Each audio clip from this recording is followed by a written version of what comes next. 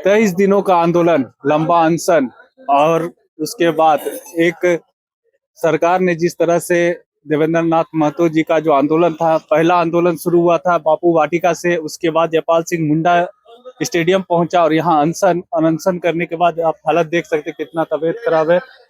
कल जिस तरह से सरकार ने आप लोगों की बातों को माना, खुश है?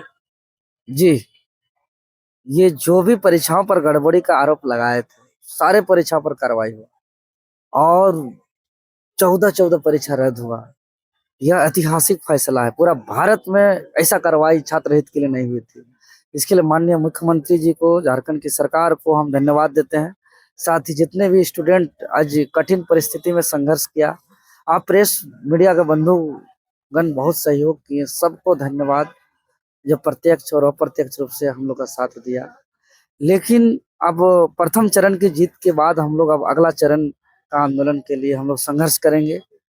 क्योंकि अगर हम देखते हैं, अगर सीजीएल का ही बात करें या 11वीं से 14वीं जेपीएससी की बात करें, तो ये 2 ज्वाइनिंग परीक्षा था और यही सीजीएल जो कल रद्द हुआ, इसी सीजीएल को इससे पहले 28 जनवरी 2024 को भी कराए थे, रद्द कराए, फिर परीक्षा फिर धांधली हुआ। तो अब ये चिंता है कि बार बार रद्द होगा, बार बार सीआईडी सीबीआई जांच होगा और बार बार फिर आगे परीक्षा होगा और फिर पेपर लीक होगा। तो हम लोग ऐसा व्यवस्था चाहते हैं जो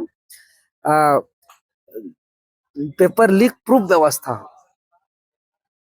जहां पर गारंटी दिया जाए पेपर लीक नहीं होगा, गारंटी दिया जाए धांधली नहीं होगी, गारंटी दिया जाए फिर भी नहीं चलेगा। अगर चलेगा तो उसको पकड़ा जाएगा और पकड़ा जाएगा तो उसको आजीवन कारावास होगा। ऐसा व्यवस्था होगा। नहीं तो क्या इतना हर पीढ़ी लड़ पाएगा?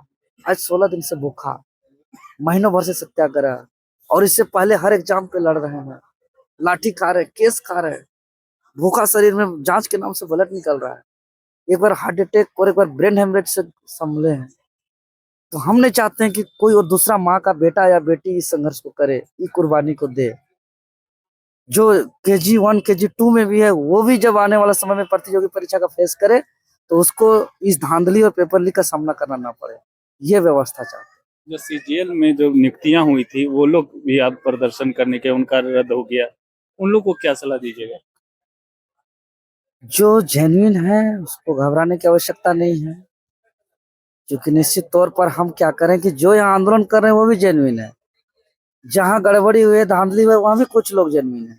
कुछ लोग ऐसा भी होंगे कि दूसरा नौकरी करके छोड़ के भी आए होंगे। तो भाई अन्याय तो किसी के साथ नहीं होना चाहिए। इसी व्यवस्था के खिलाफ तो लड़ रहे हैं और इसी का तो गारंटी मांग रहे हैं कि यह दिन भविष्य में न देखना पड़े। जो दूसरा चरण होगा, किस रूप में देख? आपको अपडेट मिल जाएगा, उसका देखने को मिलेगा। जो रिफॉर्म्स की बात हो रही थी, सरकार ने जो कहा है उससे संतुष्ट? वही तो, उसी पर तो बात कर रहे हैं हम लोग।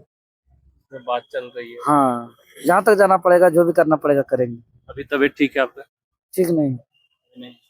तो ये थे देवेंद्र नाथ महतो। तबीयत अभी भी खराब है क्योंकि लंबा 16 दिन का अनशन था और उसके बाद अब जो है सो उनको जो सरकार से मांग थी वो पूरा हुआ है। लेकिन अब आगे किस तरह से चलेगा, किस तरह से आंदोलन होगा, वो देखने वाली बात होगी। लंबा आंदोलन था, सरकार ने उनकी बातों, बड़ा दिल दिखाते उनकी बातों को माना है।